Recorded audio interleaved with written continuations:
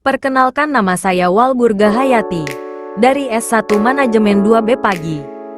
Undang-undang perdagangan di Indonesia adalah kerangka hukum yang mengatur aktivitas perdagangan di dalam negeri maupun internasional. UU Perdagangan yang berlaku saat ini adalah Undang-Undang Nomor 7 Tahun 2014 tentang Perdagangan. Berikut adalah penjelasan detail mengenai UU Perdagangan tersebut.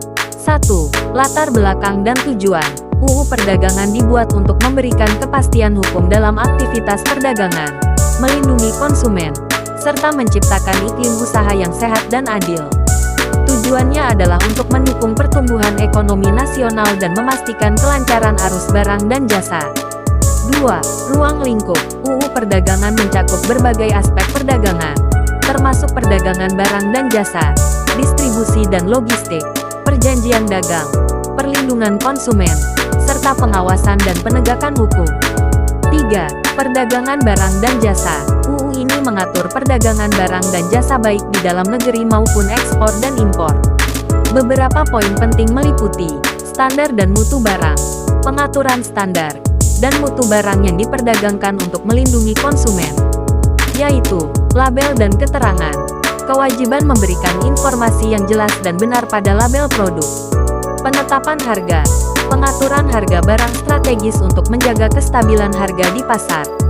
4. Distribusi dan logistik. Undang-undang ini juga mengatur mengenai distribusi barang dan jasa, termasuk sistem distribusi, pengaturan sistem distribusi yang efisien dan merata, pengawasan distribusi.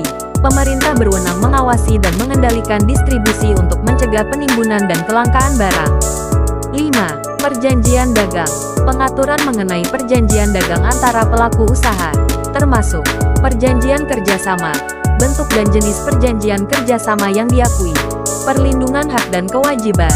Hak dan kewajiban masing-masing pihak dalam perjanjian dagang harus dilindungi dan dipatuhi. 6.